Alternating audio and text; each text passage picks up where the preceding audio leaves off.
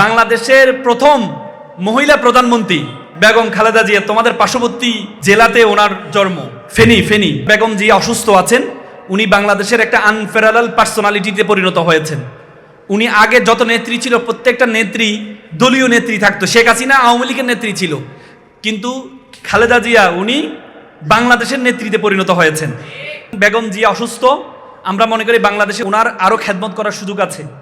উনি সুস্থ হয়ে ফিরে আসুক, এই কামনা আমরা করছি। আমার বেগম জিয়ার একটা জিনিস আমার খুব মনে পড়ে। That time I was a student of university Dhaka. আমি ঢাকা ইউনিভার্সিটির ছাত্র ছিলাম তখন শেরাটন হোটেলে শিবিরের একটা ইফতার পার্টি কি জামাতের একটা প্রোগ্রামে প্রধান অতিথি ছিলেন বেগম জিয়া। 2008-এর ইলেকশনের পরবর্তীতে বেগম জিয়া মনে আছে, উনি বক্তব্যের মধ্যে উনি বলছিলেন, তোমাদের দুইজন মন্ত্রী ছিলেন আমার ক্যাবিনেটে। আমি যখন আমার ক্যাবিনেটে অনেক মন্ত্রী ছিল, প্রত্যেকটা মন্ত্রীকে যখন আমি বিদেশে সফরের জন্য পাঠাইতাম, রাষ্ট্রীয় সফরে পাঠাইতাম, প্রত্যেক রাষ্ট্রীয় সফরের আগে তার জন্য একটা বাজেট নির্ধারণ করা হতো, ব্যক্তিগত বাজেট এবং রাষ্ট্রীয় বাজেট নির্ধারণ করা হতো। আমি মাত্র দুজন মন্ত্রী দেখেছি যারা রাষ্ট্রীয় সফর শেষ করার পরে 1 টাকা সহ আমাকে হিসাব দিয়ে টাকা বুঝিয়ে আমাকে দিতেন। একমাত্র আমি 2টা মন্ত্রী পেয়েছি। সুতরাং তোমরা যে মানুষ তৈরি করছো, এবং উনি বলছে আমি ফেনী 1 আসন থেকে ইলেকশন করেছি। আমার ভাই সায়েদ ইস্কান্দার উনি আসনটা পরিচালনা করেছেন। ইলেকশনের আগে জোটবদ্ধ যেহেতু নির্বাচন করছি, জোটের ছাত্র শিবির এবং জামাত ইসলামকে আমি কিছু বাজেট দিতাম ইলেকশনে খরচ করার জন্য। নির্বাচনের পরের দিন আমার ভাই আমাকে বলছে যে একটা বস্তা নিয়ে, শিবিরের ছেলেরা একটা বস্তা নিয়ে আসছে। তো আমরা একটু ভয় পেয়েছিলাম, আমার ভাই ভয় পেয়েছিল, বস্তা মানেই মনে হয় টাকা যাবে, চাইবে যেহেতু নির্বাচিত হয়েছে। পরে দেখি বস্তার মধ্যে কি, জিজ্ঞেস করলাম, বলে যে বস্তার মধ্যে তো সব ভাউচার। এবং আরেকটা দেখালো, বলো যে এই বস্তার মধ্যে কি, এই বস্তার মধ্যে টাকা, মানে আপনি যে টাকা দিয়েছেন এই জায়গায় খরচ করেছি, এই সবগুলো ভাউচার, উদ্বৃত্ত টাকাগুলো আপনাকে ফেরত দিতে আসলাম। তার মানে এমন মানুষ তোমরা তৈরি করছো। বেগম জিয়া সেদিন বলেছিলেন, সেদিন বেগম জিয়ার প্রতি আমার রেসপেক্টের জায়গাটা আরো বেড়ে গিয়েছিল। তো সুতরাং এমন কিছু মানুষ ছাত্র শিবির তৈরি করছে। মহাত্মা গান্ধী চমৎকার করে বলেছেন, দেয়ার আর 7 things which destroy us। 7টি জিনিস আমাদেরকে ধ্বংস করছে। একটি হচ্ছে education without character, politics without ethics, চরিত্রবিহীন শিক্ষা, এবং ইথিক্সবিহীন পলিটিক্স, রাজনীতিবিদ। সুতরাং সে রাজনীতিবিদ এবং কিছু মেধাবী মানুষ, নৈতিকতা সম্পূর্ণ মানুষ শিবির তৈরি করছে। আজকে যে সুন্দর আয়োজন করেছে ছাত্র শিবিরকে, এই আয়োজন করার আগে তোমাদেরকে একজনকে বলেছে, তোমরা যদি ছাত্র শিবির এই প্রোগ্রামে আসতে চাও তাহলে ছাত্র শিবির যে ফর্ম আছে সে ফর্মে তোমরা ফিল আপ করবা, then you can join the programme. বলেছে তোমাদেরকে? বলেছে। তুমি মেয়েরা, আজকে অধিকাংশ মেয়ে এখানে উপস্থিত, মেয়েরা চাইলেও ছাত্র শিবিরে জয়েন করতে পারবা না। পারবা?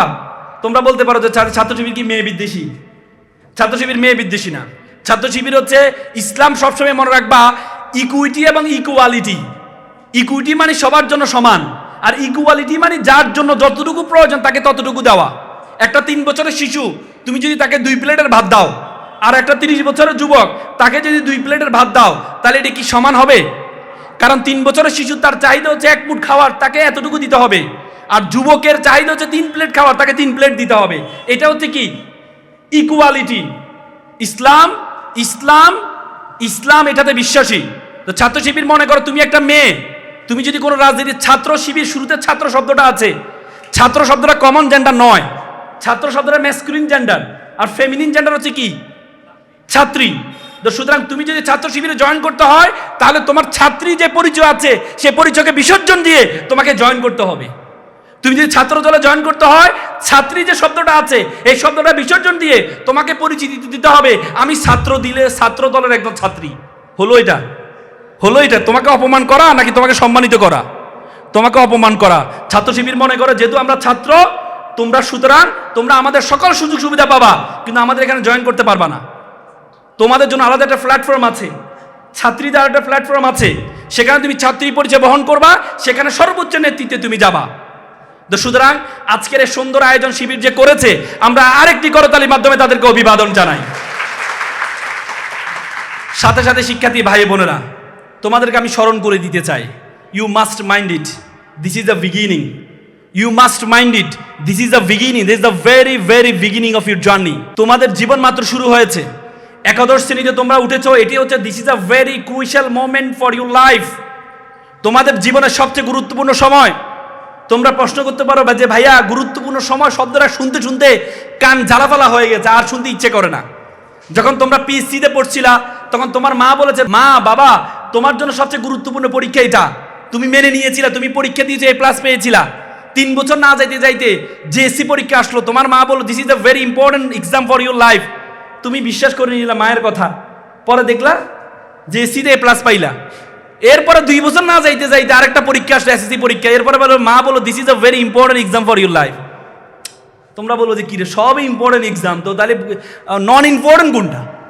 এরপরেও তোমরা যাক বড়দের কথা শুনতে হয় জন্য বিশ্বাস করে নিলা, SSCতে A+ পাইলা, A গ্রেড পাইলা। এখন ইন্টারে আজকে নবীনবরণ, কলেজের নতুন জীবন শুরু করছো, নতুন জায়গায় আসছো, এখানে আমি এসে বলছি this is a crucial, this is a very important time for your life. এখন কি বিশ্বাসযোগ্য মনে হবে? মনে হবে না। না নাকি হ্যাঁ? হ্যাঁ নাকি না? আমি সত্য বলেছি না আমি সত্য বলেছি? অপশন নাই তো। তার মানে দেখো তোমার সময় যত কমে যায়, পিএসসির জন্য তুমি 5 বছর সময় পেয়েছিলা, জেএসসির জন্য তুমি 3 বছর সময় পেয়েছিলা, এসএসসির জন্য তুমি 2 বছর সময় পেয়েছিলা, ইন্টারের জন্য তুমি 1.5 বছর সময় পাবা, ইউনিভার্সিটি এবং মেডিকেলের পরীক্ষার জন্য তুমি 3 মাস সময় পাবা। তার মানে তোমার সময় যত কমে যাবে তার গুরুত্বটা তত বেড়ে যাবে। তার মানে এখন তোমার ইন্টারের যে টাইম, এই টাইমের এক্সামটা তোমার জন্য is a very crucial moment for your life. এই সময়টাকে তোমাকে গুরুত্ব দিতে হবে, এই সময়টাকে গুরুত্ব দিতে হবে। এই সময় গুরুত্ব দেওয়ার আগে তোমাকে তোমার সম্বন্ধে জানতে হবে। এপিজে আব্দুল কালামের নাম শুনেছ? হ্যাঁ, কে বলো তো? ভারতের সাবেক রাষ্ট্রপতি এপিজে আব্দুল কালাম। একবার তোমাদের মতো আমার একটা মাদ্রাজে ক্যাডেট কলেজের একটা প্রোগ্রাম, ওনাকে ইনভাইট করা হয়েছে। উনি এত সুন্দর ছাত্রছাত্রীদের সামনে উনি বলেছেন যে আমি প্রতিদিন সকালে ঘুম থেকে উঠে 5টা বাক্য বলি। কয়টা বাক্য বলি? 5টা বাক্য বলি।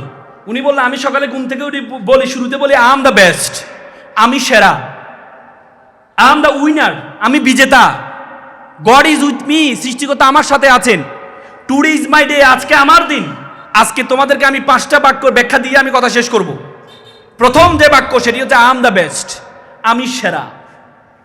তোমাকে সেরা মনে করতে হবে, তুমি যে সেরা এটা ভাবতে হবে। তুমি যদি মনে করো তুমি সেরা না, তাহলে তুমি কোনো সেরা না। সক্রেটিস বলেছেন নো দাই সেলফ, নিজেকে জানো। আল্লাহ কোরআনে বলেছেন ওয়াফি আনফুসিকুম, তুমি তোমাকে জানো। উপমহাদেশের সেরা কবি ফরিদউদ্দিন বলেছেন উনসু মাতলু বেজা হাত দরগাহা হার তুরি গো বাজে গো খুদ নেশা। বলছে পৃথিবী যাকে খুঁজে বেড়াচ্ছে তুমি সেই ব্যক্তি, তুমি তোমাকে খুঁজে বের করো। তুমি যদি তোমাকে খুঁজে বের না করতে পারো তাহলে মনে করবা আল্লাহ তাআলা তোমাকে অনর্থক সৃষ্টি করেছেন। আল্লাহ তাআলা তোমাকে অনর্থক সৃষ্টি করেছেন। আই এম দ্য বেস্ট, আমি সেরা, এই সেরাটা ভাবতে হবে তোমাকে। তোমরা হার্ভার্ড ইউনিভার্সিটির প্রফেসর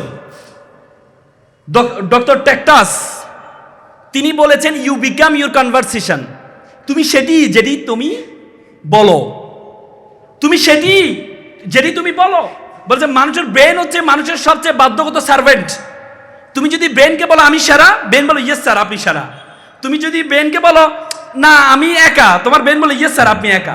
তুমি যদি ব্রেনকে বলো আমি একা, যে জীবনটা রেখে লাভ নাই, তোমার ব্রেন বলো ইয়েস স্যার জীবনটা রেখে লাভ নাই, keep it up, keep going on. তখন তো আমরা আত্মহত্যা করি। তার মানে আমাদের ব্রেন হচ্ছে আমাদের সবচেয়ে বাধ্যগত ছাত্র। আমি যদি ব্রেনকে বলি আমার দ্বারা কিছুই হবে না, তোমার ব্রেন বলবে তোমার দ্বারা কিছুই হবে না। তুমি যদি ব্রেনকে বলো আমার দ্বারা কিছু হবে, তোমার ব্রেন বলবে ইয়েস স্যার আপনাকে দ্বারা কিছু হবে। আমি কয়েকদিন আগে 3-4 দিন আগে আমি আফ্রিকা গিয়েছিলাম। আফ্রিকায় পৃথিবীর সবচেয়ে লার্জেস্ট সাফারি মাসাই মারা সাফারি, মাসাই একটা উপজাতিদের, সেখানে প্রায় 500 কিলোমিটার ধরে একটা সাফারি, যেখানে পৃথিবীর যত প্রাণী আছে সকল প্রাণীগুলো বসবাস। ন্যাচারালি আমরা একটা প্রোটেক্টেড গাড়ি দিয়ে, ল্যান্ড ক্রুজার গাড়ি দিয়ে আমরা এটার ভিতরে গিয়ে তুমি ন্যাচারালভাবে দেখতে পারবা বাঘ কি করে, সিংহ কি করে, প্রাণীগুলো কি করে। আমি 2 দিন সেখানে থেকেছিলাম সে সাফারিতে। সেখানে দেখেছি সিংহ, বাঘ। সিংহ যে এলাকায় থাকে ওই এলাকায় আশেপাশে কোনো প্রাণী থাকে না। কিছু সিংহকে দেখলাম ঘুমাচ্ছে, আর কিছু সিংহ তার দাড়ি মোচ সে এভাবে দাঁড়িয়ে আছে, আশেপাশে কোনো প্রাণী নেই। বাঘ, তার এলাকায় কোনো প্রাণী নেই, অন্য প্রাণীদের একে অপরের সাথে খাচ্ছে, কিন্তু বাঘ এবং সিংহের আশেপাশে কেউ নেই। আচ্ছা বলো তো বাঘ এবং সিংহ আমাদের জন্য কি উপকারে আসে বলো তো? আসে? বাঘ সিংহ আমাদের কোনো উপকারে আসে? হ্যাঁ, বাঘের দিয়ে গাধাকে যেভাবে খাটাও, গরুকে যেভাবে খাটাও, গাধাকে দিয়ে বাঘকে দিয়ে তুমি খাটাতে পারবা? পারবা? কুকুরকে যেভাবে তুমি তোমাকে পাহারা দেওয়ার জন্য রাখো, সিংহকে তুমি পাহারা দিতে রাখতে পারবা? রাখতে পারবা? গরুর তুমি দুধ গ্রহণ করো না, কিন্তু তুমি বাঘের দুধ দিতে পারবা? তাহলে যে বাঘের কোনো কাজ নেই, যে সিংহের কোনো কাজ নেই, এরপরও আমরা যদি ভালো কিছু করি আমাদেরকে বলে সিংহের বাচ্চা, বাঘের বাচ্চা, বলি না? কখনো শুনছো কুকুরের বাচ্চা বলতে? গরুর বাচ্চা, গাধার বাচ্চা? মানে গাধা গরু এই শব্দটা আমাদের কাছে কি? গাধা গরু আমাদের সাথে একটা গালি, অথচ গাধা গরু আমাদের জন্য কাজ করে। তার মানে বাঘ সিংহকে আমরা সম্মান কেন করি? কারণ বাঘ সিংহ তাদেরকে নিজেদেরকে অ্যাটিটিউড, ভাবসাব, যে সিংহ আমাকে মনে করে আমি রাজা। সিংহ যখন একটা আওয়াজ করে এক এলাকা পর্যন্ত শোনা যায় তার গর্জন, মানে সে নিজেকে রাজা মনে করে, আই এম দ্য বেস্ট, আমি সেরা। সে যখন সেরা মনে করে তখন আমরা যারা মানুষ আছি আমরাও মনে করি বাঘের মতো যদি হতে পারতাম, সিংহর যদি মোর মতো যদি হতে পারতাম। তার মানে সিংহ নিজেকে সেরা মনে ভাবে, তোমাকে সেরা ভাবতে হবে, তোমাকে সেরা ভাবতে হবে। তুমি যদি তোমাকে সেরা না ভাবো এই পৃথিবী, এই বিশ্বজগতে যা কিছু আছে, তোমরা জানো এই পৃথিবীর আয়তন কত জানো? পৃথিবীর আয়তন কত জানো? 52 কোটি বর্গ কিলোমিটার। কত কিলোমিটার? 52 কোটি বর্গ কিলোমিটার। এই 52 কোটি বর্গ কিলোমিটার পৃথিবীটাতে 5টা মহাসাগর আছে, 5টা মহাসাগর আছে, 7টা মহাদেশ আছে। এই 52 কোটি বর্গ কিলোমিটার পৃথিবীটাকে আমরা যে সূর্যটা দেখতে পাই না, এই সূর্যের মধ্যে যদি ঢুকিয়ে দেওয়া হয় তাহলে 13 লক্ষ পৃথিবী ঢুকিয়ে দেওয়া সম্ভব। কত লক্ষ?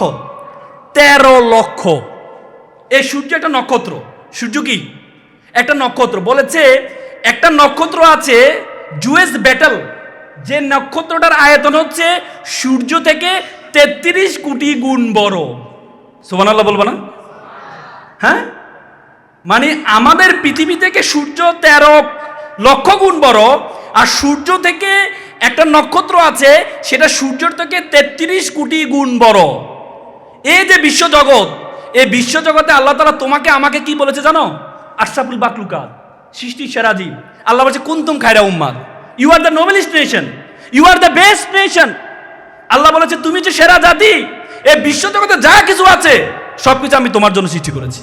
হুয়াল্লাযী খালাকালাকুম মা ফিল আরদি জামিআ। আল্লাহ বলেছে বিশ্বজগতে যা কিছু আছে সবকিছু আমি তোমার জন্য সৃষ্টি করেছি। আর তোমাকে আমি কেন সৃষ্টি করেছি জানো? ওয়া মা খালাকতুল জিন্না ওয়াল ইনসা ইল্লা লিয়াবুদুন। আর তোমাকে আমি সৃষ্টি করেছি only for worship of Almighty. Each and everything created for you, and you are created only for worship of Almighty. ইবাদত করার জন্য। ইবাদত, what is the meaning of ইবাদত? ইবাদতের সঙ্গে আমরা মনে করি নামাজ, রোজা, হজ এগুলো একটা ইবাদত, কিন্তু নামাজ, রোজা, হজের সাথে জ্ঞান অর্জন করা একটা বড় ধরনের ইবাদত। ইসলামের প্রথম স্লোগান কি ছিল জানো? ইসলামের প্রথম স্লোগান ছিল ইকরা, পড়ো। ইসলামের প্রথম স্লোগান পড়ো। আল্লাহ তাআলা কোরআনে 83 বার নামাজের কথা বলেছেন আর 83 বার জ্ঞান অর্জনের কথা বলেছেন। হিন্দু ধর্মে বেদ, ঋগ্বেদ, যজুর্বেদ, অথর্ববেদ, সামবেদ, যে বেদগুলো আছে, বেদে ঋগ্বেদে বলা আছে যে ঋগ্বেদে বলে অত বিদ্যাস তাপস্য, মানে বিদ্যা অর্জন করা, জ্ঞান অর্জন করা একটা তাপস্য, একটা তপস্য। তার মানে এই জ্ঞান অর্জন করে আল্লাহ তাআলা কোরআনে বলছে হাল ইয়াস্তাবিল্লাযীনা ইয়ালামুনা ওয়াল্লাযীনা লা ইয়ালাম। যারা জানে আর যারা জানে না তারা এক নয়। যারা জানে এবং যারা জানে না এক নয়। তার মানে তোমাদেরকে এপিজে আব্দুল কালাম যে 5টি কথা বলেছেন তার মধ্যে একটি কথা হচ্ছে আই এম দ্য বেস্ট, আমি সেরা। আর দ্বিতীয় যে কথাটি বলেছেন আই এম দ্য উইনার, আমি বিজেতা। আমি বিজেতা, তোমাকে বিজেতা ভাবতে হবে। তুমি তোমার জীবনের শুরুতে বিজেতা ছিলা। তোমরা মনে করো যে তুমি জীবনে কিছু অর্জন করতে পারো নাই। তুমি সবসময় ভাবো তুমি জীবনে কিছু অর্জন করতে পারো নাই, তুমি সবসময় ব্যর্থ তুমি ভাবো। কিন্তু আল্লাহ তাআলা তোমাকে ব্যর্থ হিসেবে তৈরি করেন নাই। আল্লাহ তাআলা তোমাকে ব্যর্থ হিসেবে তৈরি করেন নাই। আল্লাহ তাআলা কোরআনে বলেছে ওয়ামা খালাকনাস সামা ওয়ামা আরদ ওয়ামা বাইনাহুমা বাতিলান। আমি আসমান এবং জমিনে যা কিছু সৃষ্টি করেছি ওয়ামা বাইনাহুমা বাতিলান, কোনো কিছু আমি অনর্থক সৃষ্টি করিনি। তোমাকে আমাকে আল্লাহ তাআলা অনর্থক সৃষ্টি করেনি। দেখো একটা ইলিশ মাছ একসাথে ডিম দেয় 10 থেকে 15 লক্ষ। প্রত্যেকটা ডিম ইলিশে পরিণত হয় বলে মানুষের চেয়ে ইলিশের সংখ্যা বেশি। আর বিজ্ঞান বলে আমরা যে শুক্রাণু থেকে হয়েছি 40 কোটি শুক্রাণু ছিল, যে 40 কোটি শুক্রাণুতে আমাদের বাবার কাছে, আমাদের মায়ের কাছে যে ডিম্বাণুতে গিয়ে প্রথম 40 কোটির সাথে প্রতিযোগিতা অংশগ্রহণ করে যে প্রথমে দৌড়ে গিয়ে আমাদের মায়ের ডিম্বাণুতে গিয়েছে, সেটি হচ্ছে তুমি এবং আমি। তুমি এবং আমি, this the beginning stage of your life, you are the winner. তোমার জীবনের শুরুতে তুমি উইনার ছিলে, তুমি বিজেতা ছিলে। অনেক সময় কনসেপ্ট করার পর অনেক সময় সন্তান পেটে নষ্ট হয়ে যায়, তুমি নষ্ট হও নাই, তুমি পেটের মধ্যে শক্তিশালী ছিলে। অনেক সময় জন্মগ্রহণ করার সময় মানুষ বাচ্চা মারা যায়, তুমি তখনও মারা যাওনি। 2 বছর তোমার মায়ের উপর নির্ভর করেছিল। দেখো পৃথিবীতে মানুষের মতো অসহায় কোনো প্রাণী নেই। তুমি যখন গরু যখন বাচ্চা দেয়, দেখবা গরুর বাচ্চা দেওয়ার সাথে সাথে বাচ্চা দেয় এক দৌড়, দেখেছো? কিন্তু মা যখন সন্তান প্রসব করে 2টা বছর সন্তান তার মায়ের উপর নির্ভরশীল থাকতে হয়, নির্ভরশীল থাকতে হয়।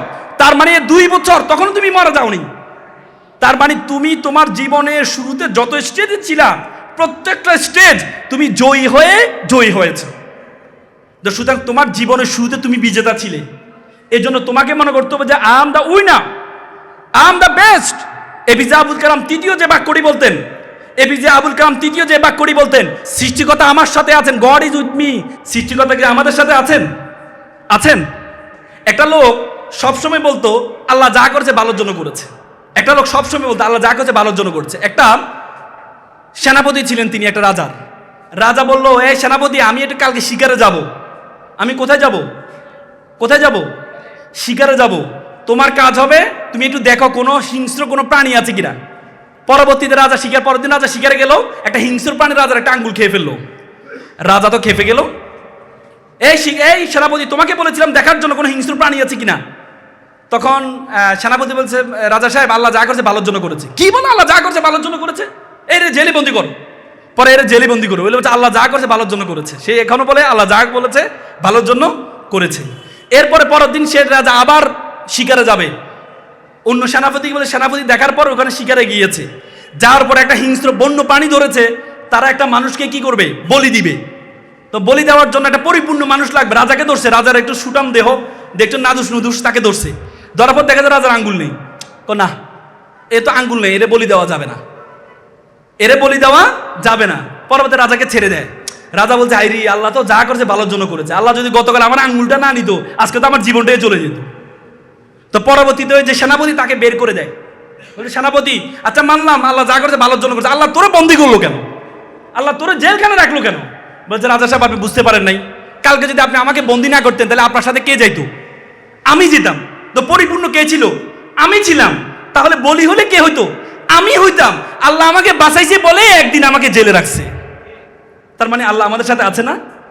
একবার একটা নাফিতের দোকানে একটা লোক দাড়ি চুল কাটছিল। তখন নাফিত বলতেছে, আরে আল্লাহ বলতে আমার মনে হয় না কেউ আছে। আল্লাহ যদি থাকতো তাহলে মানুষ এত কষ্টের মধ্যে থাকতো? এত কষ্টের মধ্যে মানুষ থাকতো? তখন যিনি দাড়ি কাটছিলেন তিনি আর কিছু বলেন না। তিনি বলছে, আসলে তো কথা সত্য। পরের দিন তিনি আবার আসলেন, এসে বললেন, নাপিত সাহেব, আজকে একটা লোক দেখলাম বড় বড় দাড়ি, মোষ এত বড় বড়, চুল এত বড় বড়, এই এলাকা মনে করো নাপিত টাপিত নেই মনে হয়। তখন সে বলছে, অবশ্যই নাপিত আছে। নাপিতের কাছে সে যায় না বলে তার চুল বড়, দাড়ি বড়, মোষ বড়। তখন বলছে নাপিত সাহেব, আল্লাহর কাছে আল্লাহও আছে, আল্লাহর কাছে আমরা যাই না বলেই আমরা মনে করি আল্লাহ কি আমাদেরকে দেখভাল করে না। কি বলে, মুসা আলাইহিস সালামের যুগে মুসা আলাইহিস সালাম একবার মরুভূমিতে হাঁটতেছিলেন, হঠাৎ করে বৃষ্টি আসলো। মুসা আলাইহিস সালাম একটা গাছের নিচে গেলেন। তখন আল্লাহ তাআলা উপর থেকে নির্দেশ করলেন, হে মুসা, এখানে একটা তাঁবু আছে, তাঁবুর দরজাটা তুমি একটু বন্ধ করে দাও, পানিটা তার গায়ে পড়বে। মুসা আলাইহিস সালাম বলতেছে, তাঁবুর দরজা বন্ধ করে, আচ্ছা বন্ধ করলাম। বলছে, ইয়া আল্লাহ, এই লোকটা কি এত বেশি ইবাদত করে, তোমার এত প্রিয়, তুমি তার খবর রাখছো? আল্লাহ বলছে, না না, সে আমার প্রিয় না, সে হচ্ছে আমার নাফরমান। তার গায়ে যখন এই গরমের মধ্যে একটু পানি পড়বে তখন সে আলহামদুলিল্লাহ বলবে, আর আলহামদুলিল্লাহ বললে আমি তার সব গুনাহ ক্ষমা করে দিব। এই জন্য আমি বলছি তার গায়ে যেন পানি না পড়ে। তার মানে কি আল্লাহ আমাদের ভালোবাসেন না? তাহলে god is with me, god কি আমাদের সাথে আছেন? তারপরে হচ্ছে টুডে ইজ মাই ডে, আজকে আমার দিন। এপিজে আব্দুল কালাম বলতে, টুডে ইজ মাই ডে, আজকে আমার দিন। তোমার জন্য মনে করবা যে প্রত্যেকটা একটা ব্যক্তিকে যদি আমি বলি তোমাকে 84,600 টাকা দিব প্রতিদিন, এই টাকাটা তুমি একদিন মেয়াদ, একদিনে শেষ হয়ে যাবে। পরের দিন তুমি যদি মাত্র 50,000 টাকা খরচ করো, বাকি টাকাটা চলে যাবে। পরের দিন আবার নতুন করে 84,600 টাকা তোমাকে আমি দিব, যদি কাউকে বলা হয়। এবং এই যে দেওয়ার বিষয়টা হুট করে একদিন বন্ধ হয়ে যাবে, তখন তুমি কি করবা? এই টাকাটা দিয়ে খুব গুরুত্ব সহকারে টাকাটা গুরুত্ব দিবা না? তেমনি আল্লাহ তাআলা প্রতিদিন আমাদের 84,600 সেকেন্ড আমাদের জীবনে দিয়েছে। 84,600 সেকেন্ড। এই সেকেন্ডটা যদি আমরা হুট করে বন্ধ হয়ে যাবে, প্রত্যেকটা সেকেন্ডের গুরুত্ব দিতে হবে। জ্যামাইকার উসাইন বোল্টের নাম শুনেছ? জ্যামাইকা আমরা রাষ্ট্রের নাম শুনিনি, কিন্তু উসাইন বোল্টের নাম শুনেছি। উসাইন বোল্ট 9 মিনিট 9 সেকেন্ড 9.54 মিলি সেকেন্ডে 100 মিটার দৌড় দিয়ে, সেকেন্ডের গুরুত্ব দিয়ে আজকে বিশ্বে সবচেয়ে গুরুত্বপূর্ণ জায়গায় গিয়েছে, উসাইন বোল্ট যখন প্রথম প্রতিযোগিতায় অংশগ্রহণ করার আগে তিনি তার গার্লফ্রেন্ড ছিল, গার্লফ্রেন্ডকে ডেকে এনে বললো যে তোমার সাথে আমি ব্রেকআপ। কেন ব্রেকআপ? বলে যে না, তোমাকে আমার মাথায় রাখলে তাহলে আমি প্রতিযোগিতায় অংশগ্রহণ করতে পারবো না। মনে রাখবা, আমরা যখন মদ গ্রহণ করি, মদ খাই, তখন আমাদের মাথার যে ডোপামিন বলে, এই ডোপামিন হরমোনটা 200 পর্যন্ত চলে যায়। তখন আমরা মাকে বউ ডাকি, বউকে মা ডাকি না মদ খাইলে। আর বলে, বিজ্ঞান বলে কেউ যদি প্রেমে পড়ে তার মাথার ডোপামিন 300-র উপরে বেড়ে যায়, তার মানে তার মাথার মধ্যে ঘূর্ণিঝড় জলোচ্ছ্বাস শুরু হয়। তো সুতরাং কেউ যদি মনে করো মাথার মধ্যে প্রেমও রাখবা আবার পড়াশোনা রাখবা, তাহলে তোমার দ্বারা হবে না। পারবা তো? I can do it. সর্বশেষ যিনি বলতেন আই ক্যান ডু ইট, আমি যে কোনো কিছু করতে পারবো। তুমি যে কোনো কিছু করতে পারবা। যে কোনো কিছু করার আগে তোমাকে পরিশ্রম করতে হবে। পরিশ্রমের কোনো বিকল্প নেই। আমি তোমাদেরকে একটা এক্সাম্পল দিব। দেখো, একবার একটা অঞ্চলে তারা চিন্তা করলো একটা মন্দির বানাবে। তো মন্দিরের জন্য কি লাগে বলো তো? মন্দিরের জন্য কি লাগে? মূর্তি লাগে। তো মূর্তি বানানোর জন্য তারা চিন্তা করলো সীতাকুণ্ড পাহাড়ে সাদা একটা পাথর আছে, সুন্দর পাথর আছে, পাথরটা নিয়ে আসতে হবে। পাথরের কাছে গেলে, পাথর সাহেব আপনাকে একটু নিব। বলে যে আমাকে নিয়ে কি করবা? বলতে আপনাকে নিয়ে কাটবো, ঘষবো, 6 মাস ধরে কাটবো, ঘষে মূর্তি বানাবো, মন্দিরে রাখবো, সবাই এসে আপনাকে সেলুট করবে। সে বলছে এটা ভালো কথা, সেলুট করবে, কিন্তু 6 মাস কষ্ট এটা না করলে হয় না? না, মূর্তি না বানালে তো আপনাকে সম্মান করবে না। বলছে এটা ছাড়া কিছু করতে পারো কিনা? বলছে না স্যার। তখন পাশে একটা কালো মূর্তি আছে, অবৈধ মূর্তি, পাথর। স্যার আমাকে নিয়ে যান, আমাকে কাটেন, ঘষেন, মাজেন, কোনো সমস্যা নেই। পরবর্তী কালো পাথরটাকে নিয়ে যায়, কেটে ঘষে মেজে মূর্তি বানায়, মন্দিরে রাখে। সবাই এসে তাকে সেলুট করে, সালাম করে, প্রণাম করে এবং নারিকেলে পানি ঢালে। মন্দির কর্তৃপক্ষ দেখলো বিশাল একটা লাইন নারিকেল নিয়ে দাঁড়িয়ে আছে। প্রত্যেকে যদি দেয়ালে নারিকেল ভাঙে তাহলে দেয়ালটা থাকবে না। তখন তারা চিন্তা করলো ওই পাথরকে নিয়ে আসে, সাদা পাথরের কাছে গেলো, পাথর সাহেব আপনার একটা কাজ পেয়েছি। বল কি কাজ? বলছে আপনাকে কাটবো না, ঘষবো না, মাজবো না, কি করবা? বলছে আপনার গায়ে শুধু নারিকেল ভাঙবো। সে বলছে ফাইন, এটা তো ভালো কাজ, ঠিক আছে আমাকে নিয়ে যাও। পরে তাকে নেওয়া হলো, নিয়ে মন্দিরের মুখে রাখলো, নারিকেল ভেঙে পানিটা নিয়ে কালো মূর্তির উপর ঢালে। সে বলছে কিরে বেটা, এই কালো মূর্তি, এই কালো পাথর, তারা কেউ সম্মান করতো না, আর আজকে তাকে সম্মান করছে, আর আমাকে কি মানুষ অবহেলা করছে, আস্তে আস্তে লাথি মারে। তখন কালো পাথর বললো, স্যার আপনি আজকে দেখতে পাচ্ছেন মানুষ আমাকে সম্মান করছে, কিন্তু আমাকে যখন কাটা হয়েছিল, আমাকে যখন ঘষা হয়েছিল, আমাকে যখন মাজা হয়েছিল, আমি সহ্য করেছি বলেই আজকে মানুষ আমাকে প্রণাম করছে, সালাম করছে। তুমি যদি মনে করো পরিশ্রম করবা না, তুমি যদি মনে করো তোমার ভাগ্যে যেটা আছে সেটাই হবে, না।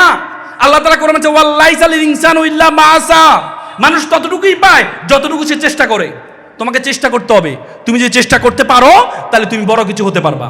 আমি সর্বশেষ তোমাদেরকে একটু পরামর্শ দিব। তোমরা এখানে যারা আছো, তোমাদের মা বাবা তোমাদের জন্য অনেক কষ্ট করেছে। পিতা মাতা আজকে তোমরা এখানে আসার পিছনে সবচেয়ে বেশি অবদান হচ্ছে মা বাবার। কিন্তু আমরা মা বাবাকে বৃদ্ধাশ্রমে রেখে আসি।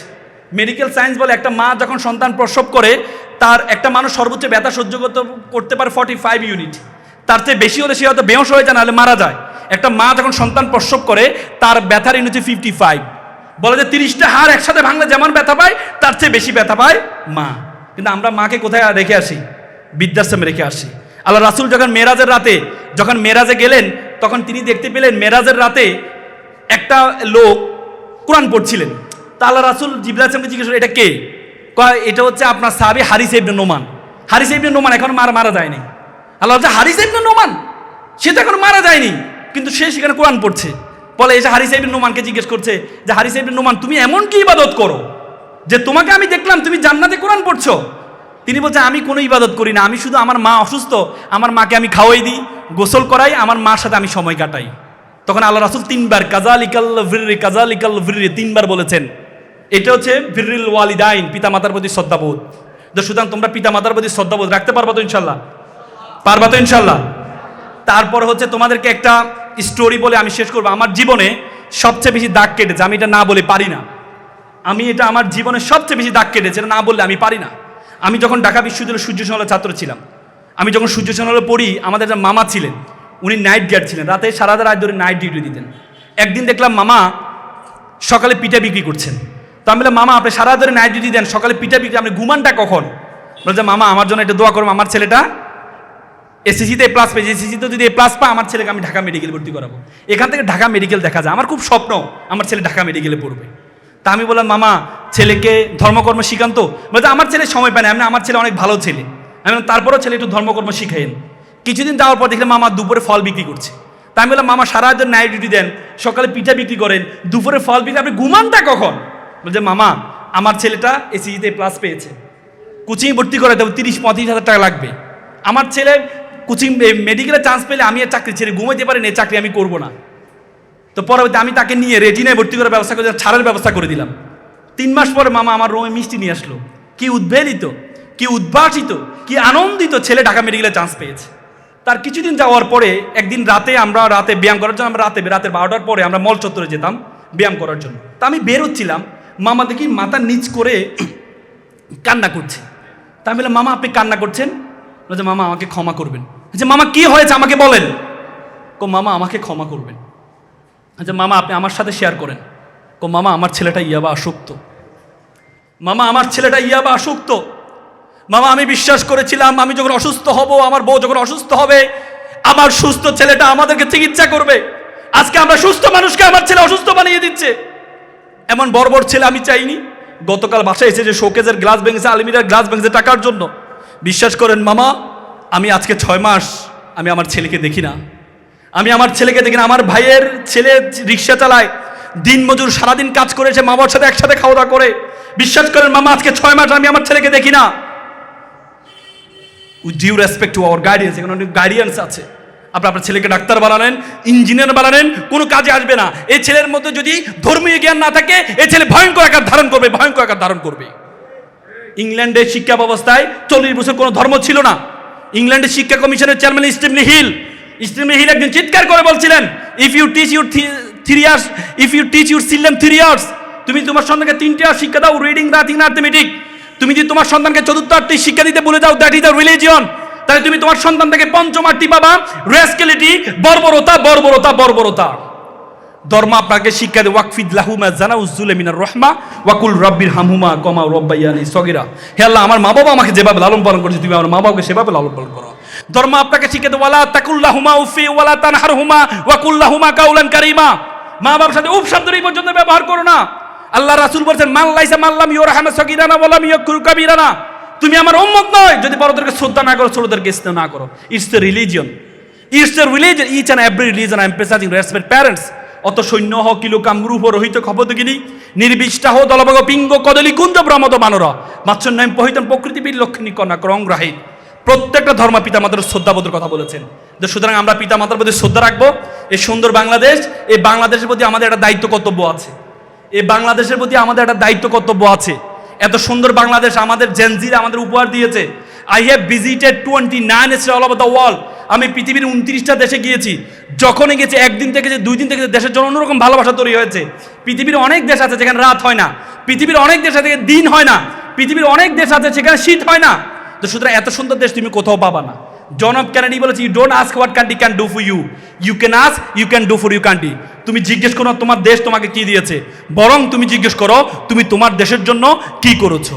ইনশাআল্লাহ। সুতরাং ভালো কেরিয়ার গঠন করবা, পিতা মাতার প্রতি শ্রদ্ধা রাখবা, আর নিজের দেশকে সুন্দরভাবে নিজের যে দায়িত্বটুকু আছে দায়িত্বটুকু পালন করবে। পারবা তো ইনশাআল্লাহ? শিক্ষার্থী যারা আছে সবাই একটু দাঁড়াও, আমার সাথে হাত নাও, সামনে হাত নাও, বলো আমার সাথে, বলো আমি ওয়াদা করছি। মিরসরাই তোমরা কিন্তু সুলতান রাজপুত্র, তোমরা আওয়াজ হবে কিসের মতো?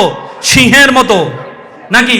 পাশে সীতাকুণ্ড, এ পাশে কি ফেনী ও ছাগলাইয়া। হ্যাঁ পারবা তো? আবার শুনবে তো ইনশাল্লাহ? বলো বলো আমি ওয়াদা করছি। ছেলে মেয়েরা আওয়াজ নেই, গর্জন হবে। স্লোগান দাও না তোমরা? হ্যাঁ, শেখ হাসিনাকে পতন করার সময় স্লোগান দিয়েছো না? বুকের মধ্যে অনেক ঝড়, বুক পেতেছি গুলি কর। পারবা না? বড় আমি ওয়াদা করছি, খারাপ কিছু দেখবো না, খারাপ কিছু শুনবো না, খারাপ কিছু বলবো না। যে মুখে ডাকি মা, সে মুখে মাদক না, মানুষের মতো মানুষ হব, পিতামাতাকে শ্রদ্ধা করব, নিজের দেশকে নিজেই গড়ব। আবার বলো, আমি ওয়াদা করছি খারাপ কিছু দেখব না, খারাপ কিছু শুনবো না, খারাপ কিছু বলবো না। যে মুখে ডাকি মা, সে মুখে মাদক না, মানুষের মতো মানুষ হব, পিতামাতাকে শ্রদ্ধা করব, নিজের দেশকে নিজেই গড়ব। তোমরা যারা ছোট শিশু, বড় হবে ঠিক, তোমরা হবে শিল্পী, কবি, লেখক, বৈজ্ঞানিক। আজকে যারা ফুলের কলি, কালকে হবে ফুল। তোমরাই দূর করবে এই সমাজের ভুল।